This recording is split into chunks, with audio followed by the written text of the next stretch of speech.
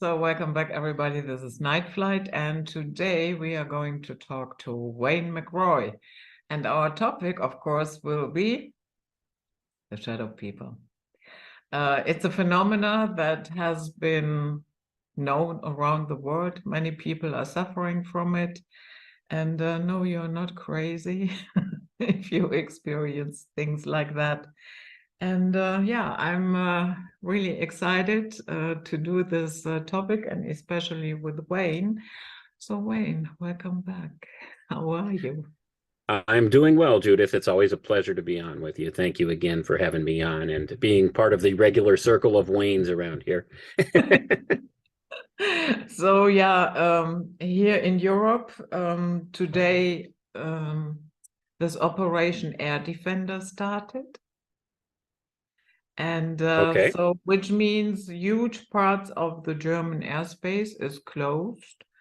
A lot of US troops and US planes are coming in. And yeah, of course, NATO has to show Putin, because do you know what this operation is? What they are training there? What are they training for there? I'm curious to Yeah, know it's because, actually they took a real city, Rostock in Germany, and Germany in this exercise has been attacked or is being attacked by Russia. oh, that's interesting. And see, we're not hearing anything about that over here in the US. Not a Uh, word on the news anywhere about any of that going on. And you would mm. think it would be what with all the UFO stuff going around right now. Yeah, and then I have to mention this. So when that nightmare is over, this operation, this exercise, then at the end of June, the security personnel of London Heathrow Airport will go for a 31-day strike. Oh, well, that makes it interesting too. So you got to wonder what kind of false flag narrative they're bringing into the fruition here through all these training exercises, right? We know how this goes. Every time there's some type of training exercise, you better believe that sometime in the near future thereafter, there's going to be something that comes about that relates to it. And, that's an interesting concept that Yeah. there's going to be this 31-day strike, and that would be a terrible time for something to happen, wouldn't it? That would be mighty convenient. So you got to wonder what they're up to for sure. So that's the nature of how they are over here in the US too, to even a greater degree, I'm sure.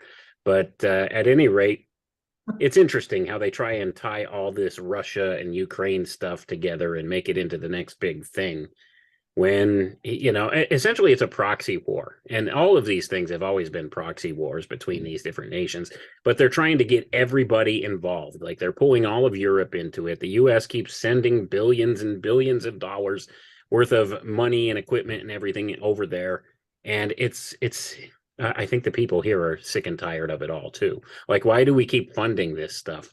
But it's still going on, and many people just don't understand the realm of political theater that's all involved with it. And that's Mm. the whole bottom line here. Now, there's really things going on there which are terrible. And, war is always terrible. But Smedley Butler wrote a book called War is a Racket. And there's a very good reason for that. He was a high level general in the U.S. Marine Corps, and he actually staved off what was called the business plot back in the 1930s. And he saw what was going on behind the scenes, how the banksters and stuff like that, the international financiers, were causing all these different wars, and all these different operations were for the benefit of the banks and nobody Yeah. else. So he wrote a book about that, and we see the same thing going on today, and we still haven't learned our lesson. And that's the Mm. shameful part. But, well, I think people are waking up to it now, and that's the good news. But the problem is, what do we do about it at this point? The money's already been spent and sent over there, and they're doing this stuff ready or not. And here we are sitting in the crossfire of all of it. So what do we do about that? That's the big question. But Yeah. we need to really hold some of these politicians accountable for things going on. And I don't see anybody stepping up to do that. And that's where it becomes a problem. Honestly, I think that is a very important point, that all politicians in all countries, they have to be held accountable for their decisions and their actions. And that is not the case. And as long as that does not change, I don't see how anything can progress into a more positive event here. And I will finish with this.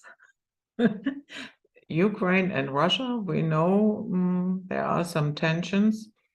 So now next year, the contract will between Ukraine and Russia sending gas to Ukraine and Ukraine sending gas into Europe, that contract must be renewed next year. So now, of course, there is a chance that it will not be renewed for whatever reason. And guess what? Our economic minister, he announced today, yeah, well, if that is the case, then next year we will have to pull the plug on the industry before people freeze in their homes. Well, isn't that nice? So, Hello. didn't you go through that this past winter too, where they were having some trouble with getting like gas and heating oil and stuff like that all over the country there as well? How many more times can they do it? That one they managed, yeah. Right. But now, if that contract is not being renewed, and I mean, seriously, that is your solution. If you pull the plug on the industry, people are out of work. I mean, at the end of the day, who do they think pays their salary? Precisely. And that's the whole thing. It's like, what is your plan with this whole thing? Like, that's a terrible default strategy. Oh, we'll just pull the plug on all of it. Yeah, that sounds like a great solution. You'll have, first of all, people rioting in the streets because nobody will be working and nobody will have, heat for their homes. That's going to cause an even bigger problem for you guys. I don't think they want to deal with that. So I don't think they'll go to that kind of a default strategy on any of this stuff.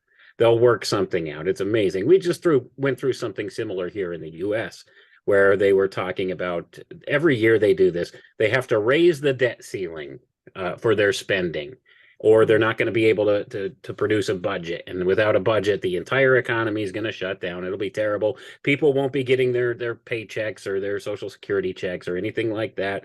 And it's going to cause all kinds of chaos and destruction in its wake. But sure enough, last minute, just like every other time they've ever done this, they came up with a last minute deal that solved the whole problem, because they don't want the people to have to deal with that kind of an economic crisis, because they know they're in big trouble the day that happens.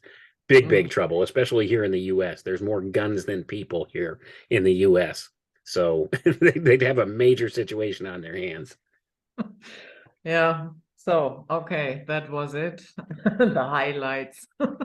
Yeah, let's just step away from world politics now. The highlights that are going on here in Europe. So, yeah, Wayne, shadow people. That is a phenomena. It's not really new, because, yeah, okay, you could say it's in recent years, it was more pulled into the awareness of people.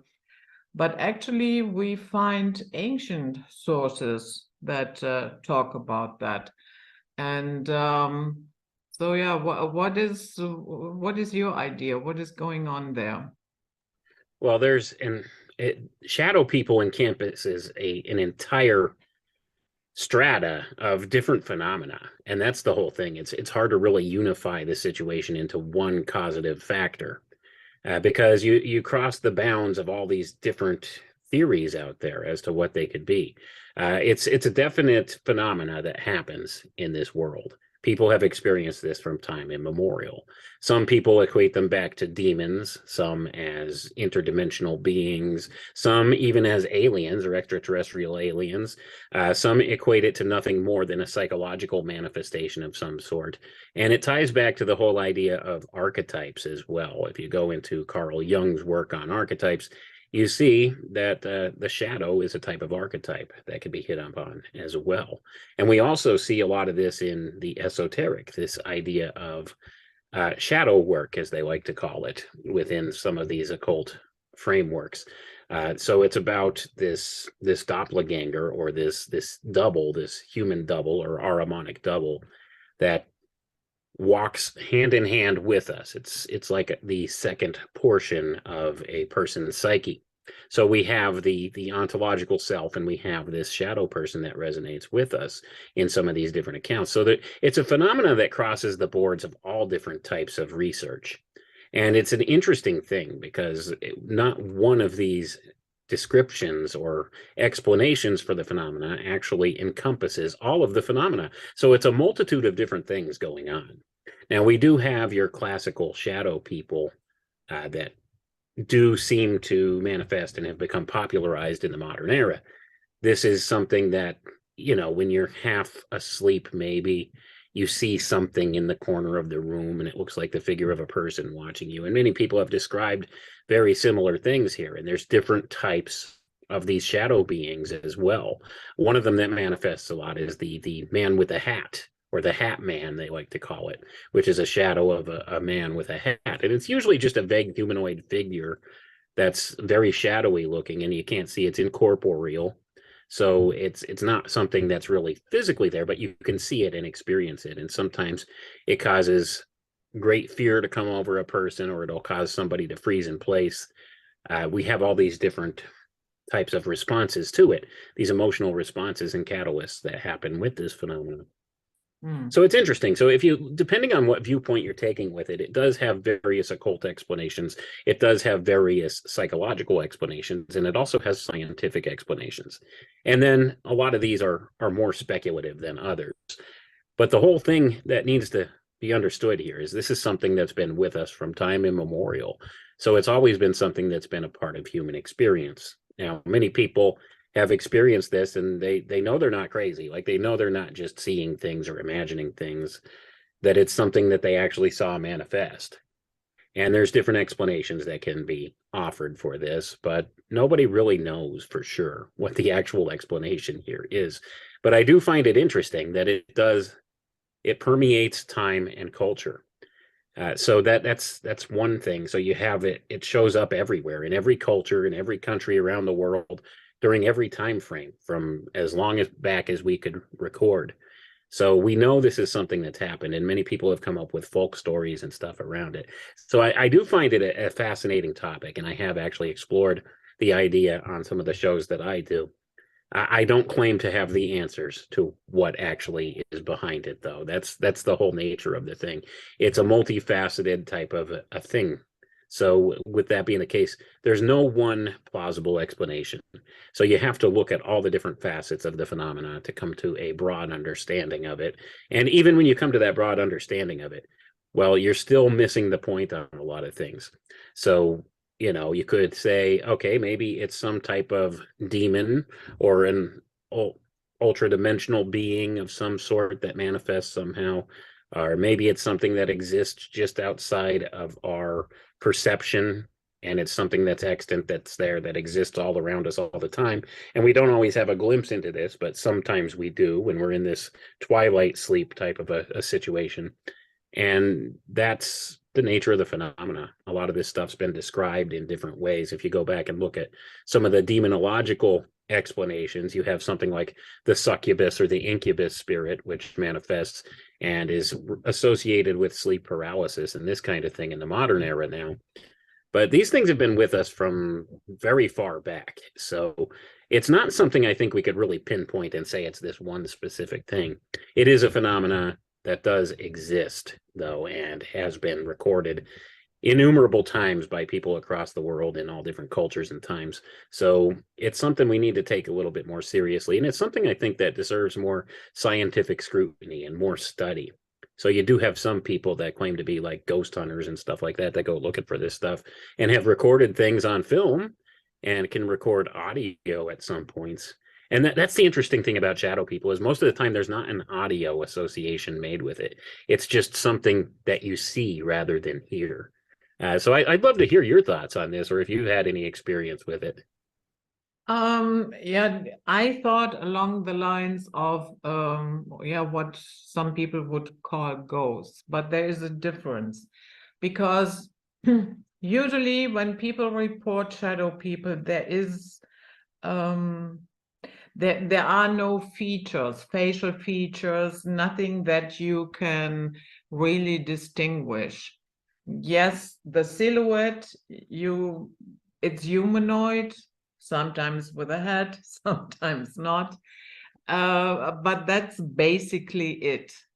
And with ghosts, that's a little bit different because you can see sometimes the facial features, or even if it looks a little bit translucent, and it is not, of course, it's not that solid. And so I thought to myself, no, it has probably nothing to do with ghosts. What do you think? Well, the phenomena of ghosts is a different phenomena altogether than the shadow people. I think they do cross lines at some point, but I don't think one is a plausible explanation for the other because there are different predominant types of features that occur within a ghost sighting compared to a shadow person sighting. So this is something that is one of those things where it crosses the boundaries and the lines of explanation here. So some people would say, yeah, it's a type of ghostly phenomena, but it doesn't hold the same types of traits that a ghost sighting would have. So that's the whole point here. So the ghost phenomena is different from the shadow person phenomena. And usually ghosts, they have some type of other sensation associated with them. They usually will have maybe some auditory situation, like you might hear a noise associated with them. Sometimes you'll have poltergeist activity along with them. Shadow people, largely that doesn't seem to happen. There's usually no noise phenomena. And sometimes even with ghosts, with a ghost sighting or ghost phenomena, sometimes you even have like weird smells and stuff that occur, other sensations that happen. Yeah, or with the that. temperature changes in The the temperature room. changes. That's more commonly associated not only with ghosts, but also with the demonic manifestations as well, where you have that temperature change. Same thing with the smell affiliation. That happens with demonic manifestation as well. And that doesn't always apply to the shadow people phenomena. So that's And what makes it interesting. I love the smell of sulfur in the morning. Yeah, nothing quite like it, huh? But yeah, generally, it's an association made a lot of times with demonological manifestations. It's that sulfur smell or that rotten egg smell that seems to manifest with it. And it's interesting because why would that be? This is a non-corporeal manifestation of something. Why would it have a smell with it? Why would it offer you these different sensations, these cold patches that go with it as well? And many people have theorized about this, but this is something that's largely absent from the shadow people phenomena. Usually, like I said, it's largely just a visual phenomenon that you see manifest with the shadow person, and they take on various shapes. And sometimes they have a kind of sinister feeling to them, and other times not so much. It's neutral. Most of the time with shadow people, it's like a neutral affiliation that goes with that. But sometimes there is a malevolent type of feeling associated with some of these beings. And that also goes for the ghost and demon manifestation as well in that phenomenon as well. So it's interesting because, like I said, it crosses the lines like of a lot of the boundaries of these things, the phenomenon itself. So it's hard to really pinpoint exactly what it is that's happening here. And there's a lot of theories that go with the ghost phenomenon as well that couldn't be, argued to be accurate and not. So there's a lot to it. And like the shadow people one, kind of, it doesn't share the same set of traits with most of these other ghost type sightings. So it's not the same phenomenon. It's something else going on. And, you know, how could we say for sure what it is? And some people would claim that perhaps you're getting a glimpse into the etheric realm or the astral realm or something like that when you see something like this, or some type of interdimensional phenomenon, something like this going on. And who knows, maybe they're right. I mean, we only have finite, limited senses in this place. We have our five basic senses that we can understand our reality around us with. And sometimes things happen that don't align with the normal suppositions of those senses. And this is one of those things. So are there times when we have extrasensory perception? I think that's feasible to say, especially when we're in this twilight type circumstance of consciousness, like between sleep and wake. Sometimes you can see things or sense things that you normally wouldn't. So it's an interesting phenomena here, and I know it veers more on the paranormal with a lot of people. And I don't claim to be an expert on the paranormal by any stretch of the imagination. I have had some paranormal experiences myself in the past, so I've always been fascinated with the topic, and I have studied it broadly, but I have not actually done any investigating myself. I've never been like on a ghost hunt or anything like that. So I can't claim to have like empirical firsthand knowledge about data for these things. But I know a lot of the stuff I've read, and I know a lot of the stuff I've experienced and I've seen. There are some of these common sets of traits in particular in common with these different things. So when you could apply that and see, okay, this doesn't tick this box or that box, but it ticks that box, then you have to understand this is probably something different than the other phenomena. You can't lump it all together into one thing and say, you know, this is what it is. It doesn't work. It's the same thing with like the alien type of phenomena, or the ghost phenomena. Any of these different things, you can't lump them all together and say they're the same things. It's not, even though they might share some common ground with the others. We just don't have enough data to really say for sure that this is a manifestation of the same thing. So a lot of people might say shadow people, well, that has to do with ghosts or aliens or demons or whatever. That's not necessarily the case. It's its own separate thing. And ghosts and aliens, sometimes you have this same thing too. Or here's an interesting one. If you go back, this has always fascinated me. If you go back and you look at some of the older UFO researchers like Jacques Vallée, and you know, I can't think of. I'm losing my my train of thought here. But if you go back and you look at like the works of Jacques Vallée and who's the one that wrote the Mothman prophecies? I can't think of his name right now. John Keel. John Keel. Yes. Okay. See, sometimes I got so much going on in my brain, I can't keep my facts straight. But if you go back and you read their works, a lot of times they'll try to attach the idea of aliens to like fairies and these different types of folk spirits and stuff like that. So there is some crossover in a lot of this stuff. And I think the shadow people kind of skirts on the borders of that too. So it's interesting. And there's been very little valid scientific research done on it that could give you some probable real world sets of data to work with through the whole thing. And that's what makes it interesting, because a lot of it is so subjective that it's hard to really pin down something precise about it. But anyway, I'll shut up now for a minute and let you talk. But you know, in the current atmosphere that we experience, especially in academia, do you honestly think it would be possible to do scientific research into subjects like that without being scrutinized, laughed at, scoffed at, you know, kicked out from the university and what have you?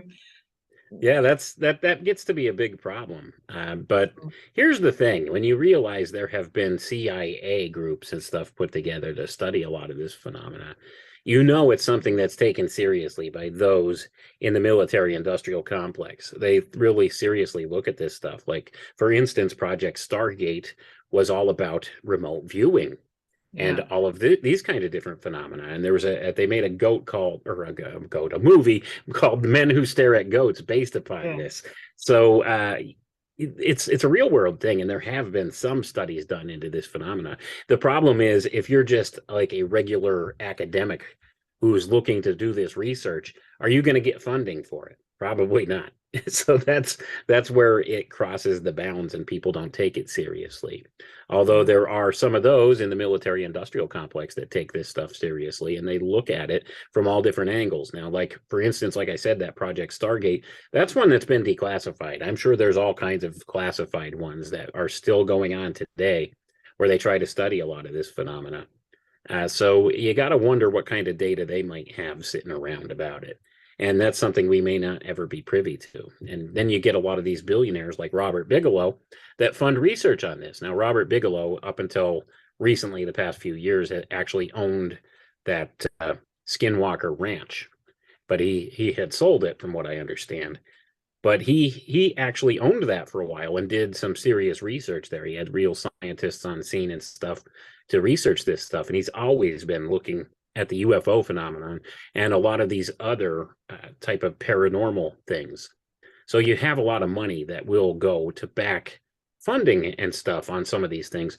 But the problem is it's private research. So they keep that information to themselves.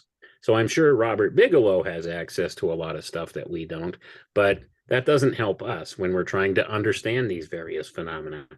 So the Yeah, shadow people one is one that crosses all these bounds, and it's a fascinating topic. yeah, and I guess the same goes for the CIA. They don't share their insights either. So, No, not unless they're forced. And then when they're forced, they give you this redacted version where everything's blacked out and you can make out a couple words on the page, and that's yeah, about it. there's one word that you could read Wednesday. So, okay, you mentioned that there are different types of shadow people. And according to your research, is there a difference between behavior of those things? Let's say, what distinguishes the Hatman from a non-Hatman? The Hat Man usually has a more sinister connotation to it. Like people usually become a lot more unnerved when the Hat Man phenomena occurs. And it seems to always be like a harbinger of bad things to come. So people have reported that as well. So that's one of the different ones. So the Hat Man phenomena is slightly different from a regular shadow person type of an experience, because that generally nothing really ever comes of. It's just somebody sees these shadow people or something moving through the room and disappear into the walls and stuff like that. And nothing really happens. And maybe they only get like kind of a neutral feeling from it. Whereas this Hat Man phenomenon, usually they get this kind of sinister feeling, and they experience this fear state.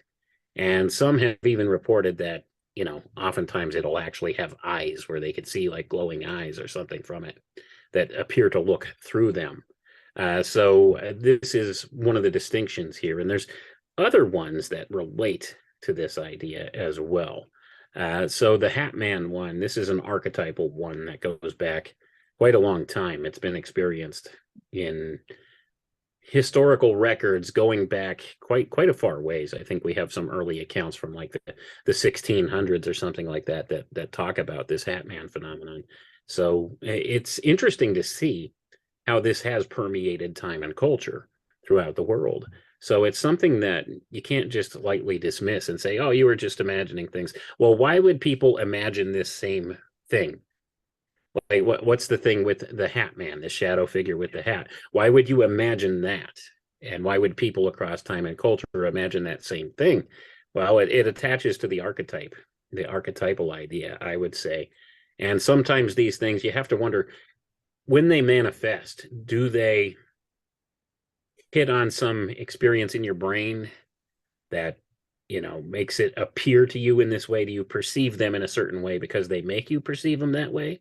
Or is this actually just what we see here in the 3D reality we're in, is like a shadow from another, like, I don't know, fourth dimensional, fifth dimensional place or some such thing, if they're passing through? And are these entities really malevolent? That's the other question. Even though you get this malevolent feel from them, and sometimes they're harbingers of bad things to come, are they really evil? Are they the cause of the bad thing, or are they maybe here to say, hey, something bad's going to happen, we're just trying to warn you? So you have to wonder about that too, because this could be perceived in many different ways. And it's the same thing that goes with other phenomena here too, like the Mothman phenomena, if you're familiar with that. That's an interesting one too. This Mothman has appeared and terrible things have happened, like that bridge collapsed in West Virginia after this thing was seen. And it's always been associated with that kind of thing. So I think it crosses the line and the boundary with this shadow people type thing as well.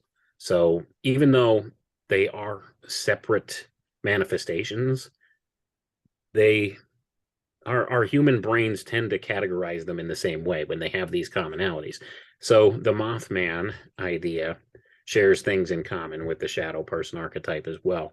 So we have a lot of these different crossovers here, and not all of them have this malevolent feel to them, but there are certain ones that do. So a key among those, like I said, the Hat Man, the Mothman, which I don't know if it's fair for me to classify that in the shadow person type of classification, but it shares many of the traits. It's usually dark. You can't really see it, but it has this definitive shape. It has wings, has the glowing eyes. So this is where we have to ask a lot of questions. Is it the same phenomena or some variation of the same phenomena, or is it a totally different phenomena?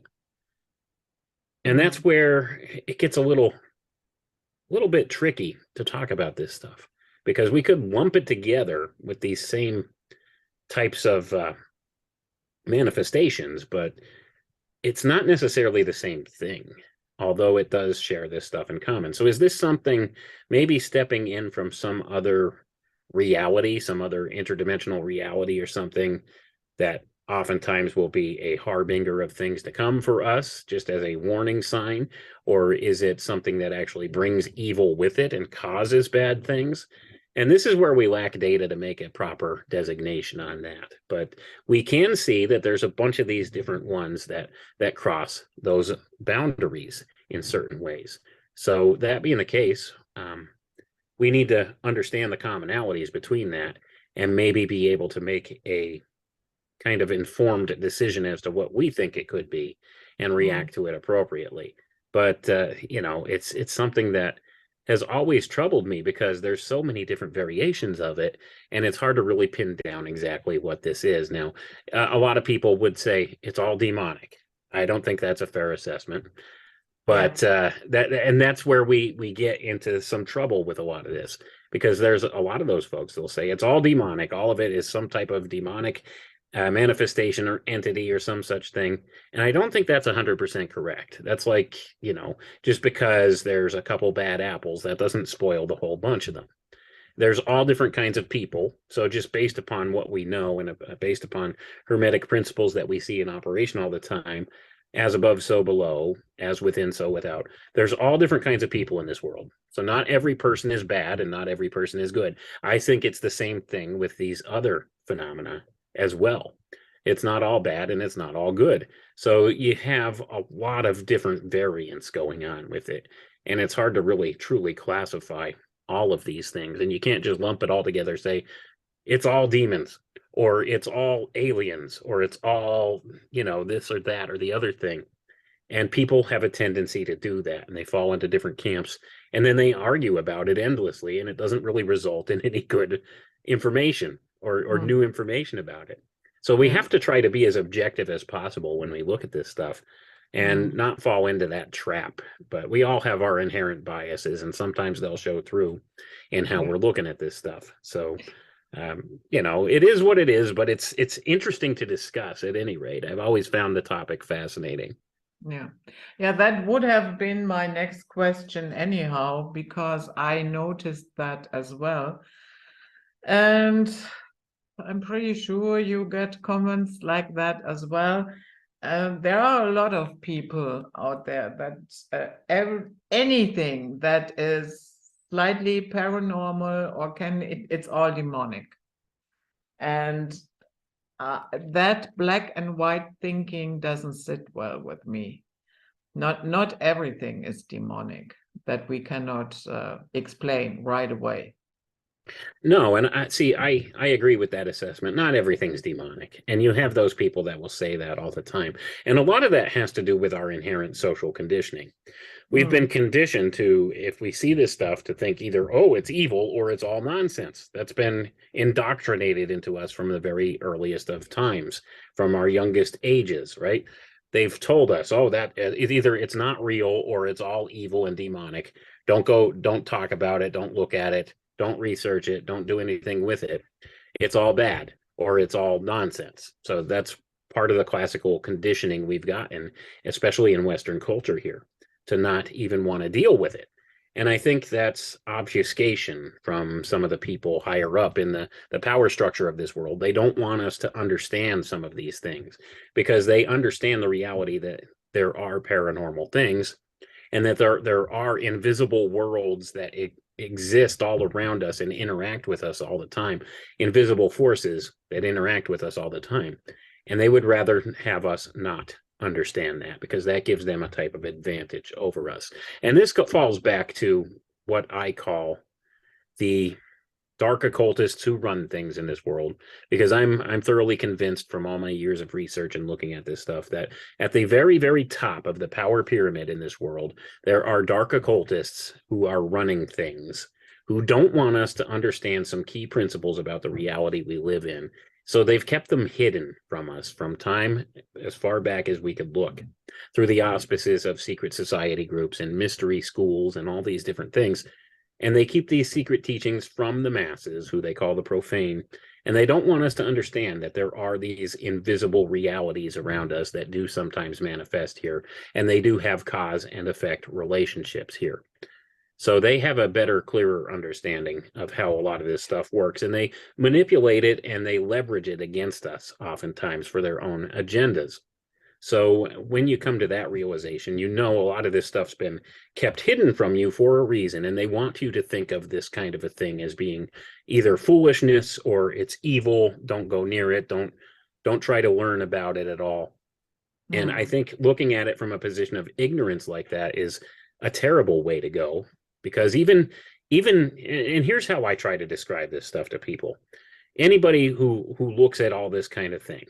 All right, here's the thing. Even if you think it's total nonsense and you don't believe any of it at all, what you need to understand is there are people in positions of power in this world that very much believe in these things and act upon them.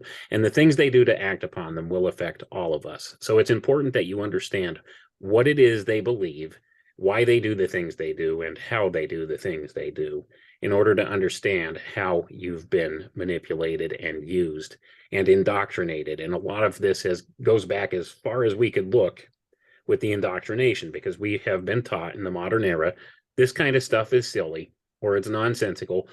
Either that or it's all evil. If you have some type of a spiritual path or something like that, you've been told it's evil, it's demonic, stay away from it. Don't look at it, don't investigate it. Well, here's the problem, okay? If you want to understand who your enemy is and how they do things, you have to look at this kind of stuff to understand that. And you'd be a fool not to. And that's the whole point here. It's foolish to take this stuff lightly and not even consider it or to investigate it. So ignorance of the whole facet of what's going on here is not a feasible scenario for us if we want to be able to maybe be less manipulated and to take back some of our own sovereign power, this kind of thing. Because I assure you, there's people in power in this world that very much look at this stuff and are interested in this stuff and understand more about this stuff than we do. And there's inherent forces behind it that are natural forces that occur here in this reality we live in. And they've learned how to leverage them against us. So that's why we've been taught things like this is silly, nonsensical, or evil. Same thing goes with astrology and all of that stuff too. There's valuable information there. Okay. And that's the whole point. There's valuable information there they don't want you to know. So they've infiltrated into every single mainstream religion, every single mainstream church. All of this stuff has been indoctrinated with this stuff from the top down, going back a long ways. And they don't want you to look at this stuff. So they tell you it's evil if you have any type of religious bent, or they tell you it's nonsense if you want to think in more modernistic terms of science. So they'll tell you there's nothing to it and this and that and the other thing. because they don't want you to investigate it and maybe learn some of this information that they know that they could use to manipulate you. And that's the whole bottom line here. I think it's the same thing that goes with the shadow people phenomenon, as well as the phenomenon of aliens and demons and all these other things. Perhaps they know a little something about it we don't, and I don't think it's all the same thing. I really don't. I think there's different facets to all of it, and maybe they are different types of beings from different places, dimensions, planes, wherever, you know. It's possible. Or maybe it's just a phenomenon that occurs that doesn't actually have any kind of animus or spirit to it. Maybe it's just something there. Like one of the possible theories about ghosts is it's actually just like the energetic makeup of a specific time or place. If there's high emotion involved with an event, sometimes it leaves an imprint into the reality, and this could manifest as ghostly images or something like that repeating. So that's one possibility we see. And there's other things too. So I mean, there's a lot of different ways to look at this. And I know I'm kind of like wrapping together ghosts and, you know, UFOs and ETs and all of that stuff together with it, because it all kind of falls in the same paranormal type category. And they have a lot of crossover to the different characteristics of it. So it's interesting to look at it and understand what is it that we could be seeing here. And it's really hard to explain on a conscious cognitive scientific level here as to what it could be. But we need to be open-minded about it, and we need to not lose the tools that we already have inherent in us. And that would be our intuition, our imagination, our observation, as well as going to things with the scientific viewpoint, using scientific method in order to objectively measure stuff. That doesn't always apply with the subjective, and this is a subjective phenomena. So we need to use other tools to try to record data about it, and that's where we got it wrong. And that's where modern science has it wrong as well. You can't really objectively measure a subjective thing like this. It's experiential. And that's a lot of the problem. So they try to do this and analyze the data in this objective way, but they're missing a whole realm of opportunity in recording the data and actually being able to correlate it all together. So with that being the case, we need to go at it from other perspectives other than just the scientific observation. And that's where most people have it wrong. They'll either go to something totally subjective, like mediums or, you know, people that claim to be sensitives or psychics or something like that, telling them things about it, or they'll go to the other extreme where they'll send out ghost hunters with video cameras and audio recording devices and try to capture phenomena that way. But you don't blend them together, and that's wherein it needs to actually come together. So we have a lot of people that go at it one way or the other, but not try to combine them both together to get the most real world data possible. And I think that's where this whole phenomenon needs to go, or at least the study of the whole phenomenon. Yeah, I totally agree that it is important to have proper knowledge about the occult. And not because you're a fan or you want to practice it, that's not the point. But if you are in a spiritual war, it will behoove you to know your spiritual enemy, how he thinks, why he is doing stuff like that, and so on and so forth. You know, I have noticed there are a lot of channels that are now doing practically the work of the 6 o'clock news, yeah, and from a more critical point of view, and that is all good and fine. I'm not saying they are doing a bad job, but it is not my field of interest. You know what I mean? Yes, it's okay, and it is important to keep on track what's going on in the 3D realm, because sooner or later it will affect anybody here. But my field of interest is the layer beyond that. Yeah, why is this happening, and what is the belief structure behind that? For instance, with Gary Wayne, I talk a lot about the so-called bloodlines. And yeah, and so they are very, very proud that, and that is what they believe. If that is true, doesn't really matter.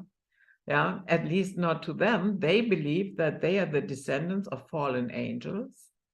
And that is what sets them apart. And that is what gives them their so-called blue blood. Yeah, and that is why they are royal. I mean, seriously, guys, why are you standing with your funny flag? Yeah, and wave it around while the parasites ride by. Yeah, I don't get it. So yeah, and that is once you understand that, where they are coming from, because up to this day I hear things like, why would the government do that?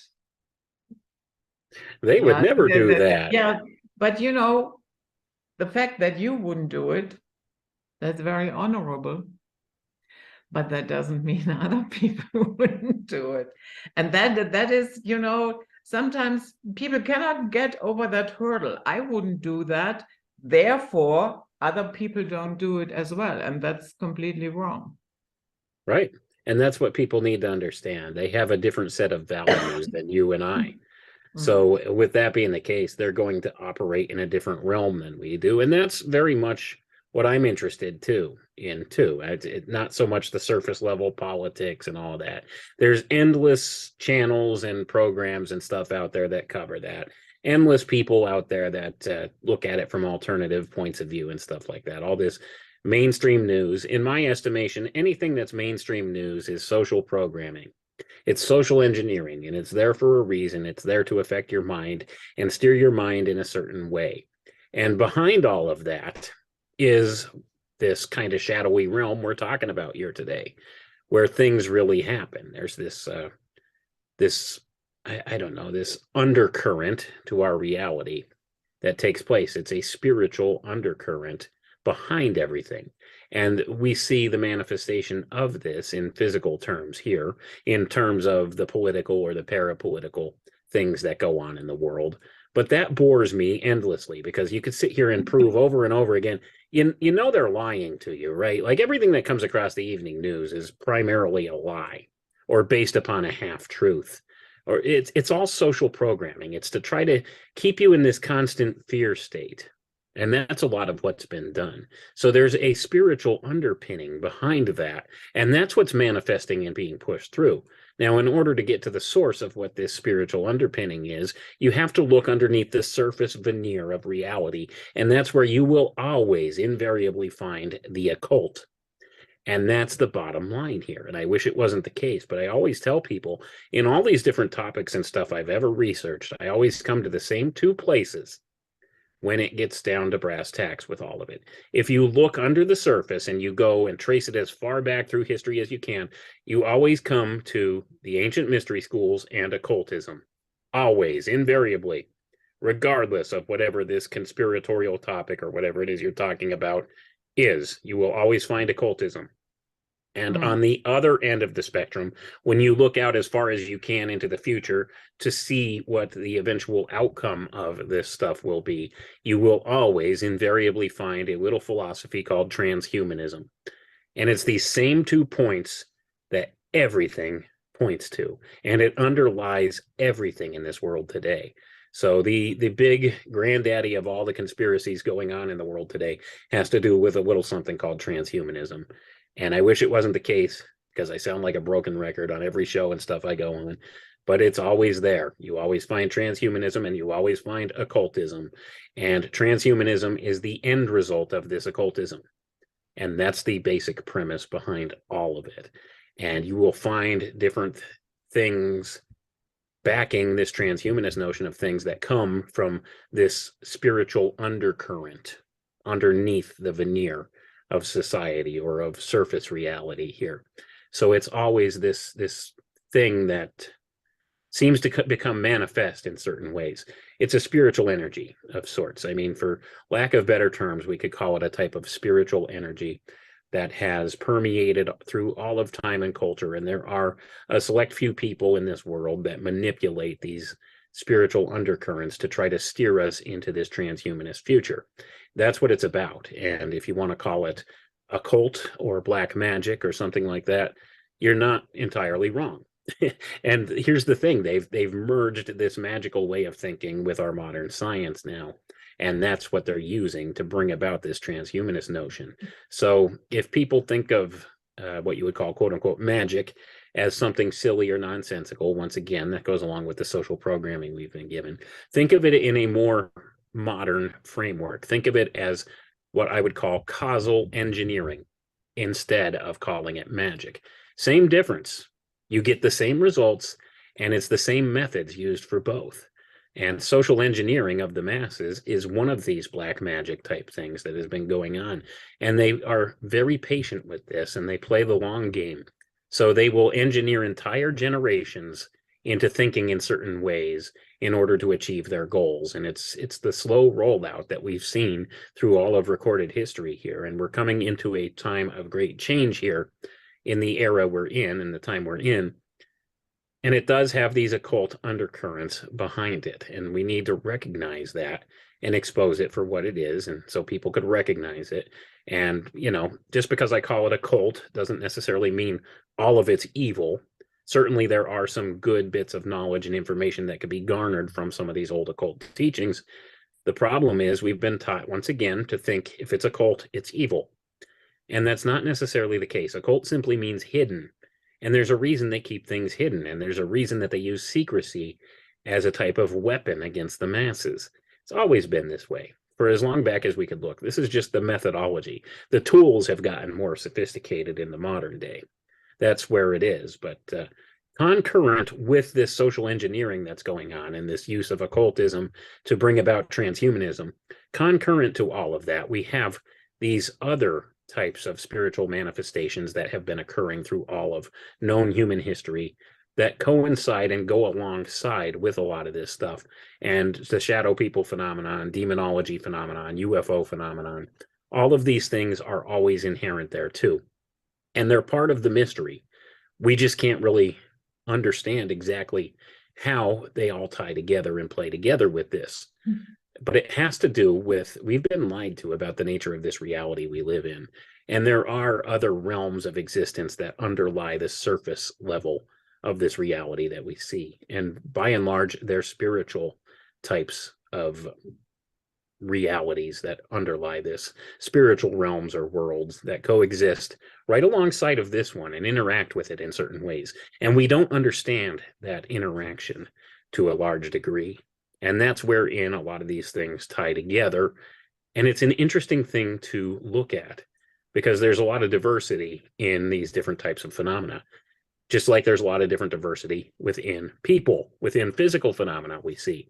So we have a lot of that. And sometimes it's trying to put this together without having the benefit of having the tools to actually see it or measure it. And that's where it gets to be problematic for a lot of people. And some people would just choose to outright believe any such thing is real because we can't objectively measure it through our science, which is all part of the programming too. We've been taught to think there's only one way to really determine truth, and that's through scientific method and scientific observation, and that's not the case. So we've lost a lot in translation here. But certainly, I find this phenomena to be very, very interesting and very relevant to today, because just the fact that people are curious about it, whereas in the past it would be something they wouldn't talk about. There's a lot of interest in these topics now. And I think that's an opportunity to open the doors of perception for people to a certain degree, to be able to maybe recognize, hey, there's more than just this 3D physical reality. There's more. Yeah, exactly. Have you ever heard of that, what happened to the Hmong people that came from Laos, Vietnam, Laos? And came to the United States. They worked, the Hmong people, they worked for the US. Then, when the communists won the war, a lot of them came over to the United States. And there were 107 men, all of which were in good health except for one. And what happened to them? They just died in their sleep. And they actually coined a phrase for that. They called it sudden nocturnal death syndrome. Nobody could really explain what they died from. And of course, they talked to family members and other people from the Hmong tribe.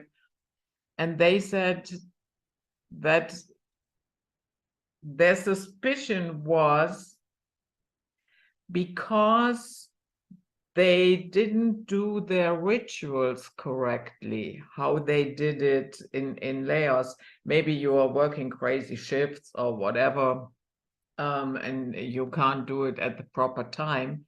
So that is why spirits came and killed them. That is what they said was the explanation. Of course, that was never really accepted by the medical field, of course, but they themselves couldn't explain it as well. And there was 1 month when actually 26 men of the Hmong tribe died in the United States.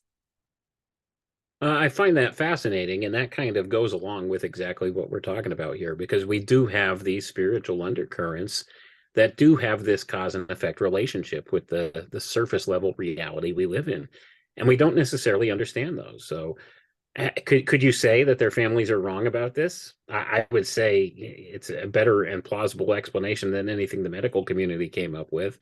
They couldn't explain it, so how else would you explain something like that? That's the thing. We always look for causal relationships in the physical world here, and we don't always find them. And that's what's a lot of what old occultism and stuff has taught us, is a lot of these causal factors emanate from within somewhere spiritual and manifest outwardly here in the physical, and vice versa. So there's spiritual ramifications for physical actions, and there's physical ramifications for spiritual actions. And that's something that's largely lost on people today, because there is this undercurrent, these certain realities that underlie and coexist along with our surface level reality we live in. This 3D materiality is not all that there is. And a lot of people would like to accept that that's all there is. And that's a lot of what's taught in our mainstream science. That's the agenda that's being pushed today, that this 3D physical material world is all that there is, and all phenomena, including consciousness, are nothing but a byproduct of that. They would like for us to believe nothing more than consciousness is the electrochemical byproduct of the activity of our brain and brainstem. I don't think that's necessarily true. We've seen some evidence to support the idea that consciousness lives and continues on and exists outside this physical body that we live in. But that's how mainstream science would have us think. They want to be able to objectify and quantify everything. And that's the major point to be made here. The quantification of everything is an important obstacle for them to overcome. So something like consciousness, if they can objectify it and measure it and quantify it in some way, that gives them some measure of control over that thing. That's why they do that. And that's why they use these scientific methods for that. And there's actually a whole science based upon this principle. It's called cybernetics. And most people are unaware of this, that cybernetics reaches way beyond computers and electronics and robots and stuff like that. That's all you think of when you hear cybernetics. But cybernetics is simply the science of whole systems control. And that's what these people in charge in this world have weaponized against us, these cybernetics principles. And they use them to try to quantify things like consciousness and other subjective ideas. And even if it's an imprecise model, they still build a model, because in building the model and quantifying the model, that gives them some semblance of control over a thing. So if they could quantify it and measure it, then they could control it. That's why they seek to do that. So if they could convince enough people that your thought forms, your mind, your consciousness is nothing more than the electrochemical byproduct of your brain and brainstem's activity, then they can control that to a certain degree. They could get people to agree to certain things. Okay, we're going to do brain scans. We're going to use BCI, brain computer interface devices, to try to get this data. And they could objectively measure data and equate it back to certain thoughts that are going on with people through enough research. And they've done this. And in so doing, they could actually manipulate things. If they could manipulate the physical impulses of your brain, they could plausibly maybe manipulate some level of your consciousness. And even if it is imprecise, it gives them enough of a measure of control. They can do certain generalized things with it. And that's what they seek to do. And this all relates and ties back to the whole transhumanist thing again, once again. But that being the case, if they could convince enough people to think in terms of just the material world here, that's what their plan is. They want you to discard anything that would be perceived as spiritual or paranormal or outside the realm of physical materiality here. And this all has a spirit underlying it as well, this whole push for materiality. And Rudolf Steiner called this spirit the spirit of Ahriman.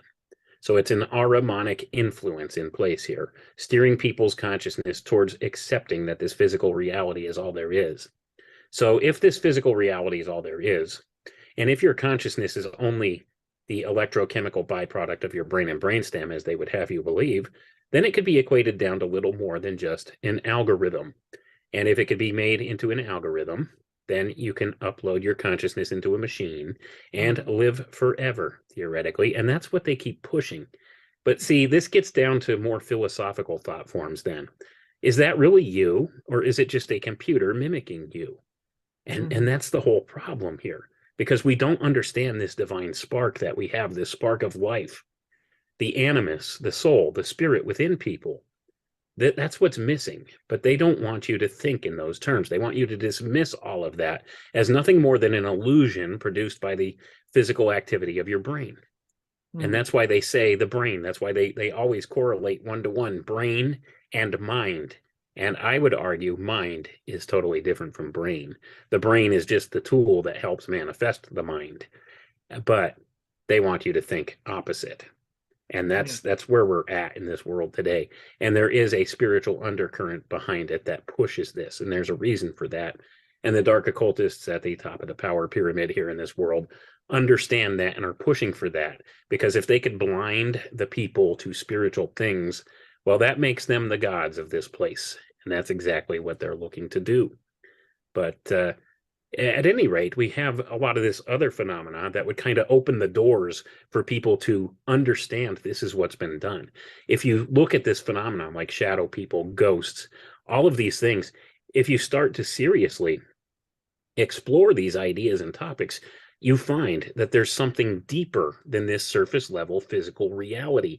There is a spiritual undercurrent. There are invisible worlds all around us that do manifest changes here. And when you understand that, then their whole house of cards crumbles, because then you're not accepting that materiality is all that there is, that this physical world is all that there is. And then their plans go poof. So that's why they try to keep this stuff quarantined off to the realm of being silly or nonsensical or evil. And I don't think that's the case. I think that having a proper understanding of this stuff and delving into these realms is where we need to go in the future in order to free ourselves from this panopticon control grid that the rulers of this world would like to build for us. I don't want any part of it. I want to maintain my spiritual freedom from it. So that's why I like to explore. Changing politicians will not do the trick. Maybe if I vote harder this time, right? So, Wayne, that was our first hour already. I suggest in the next hour we should talk about sleep paralysis. And I will also share some of my paranormal experiences. Maybe you can do the same. Certainly, sounds like fun. I also have some other thoughts on the head people. So that was the public hour, and we see the patrons on the other side. Until next time, bye-bye.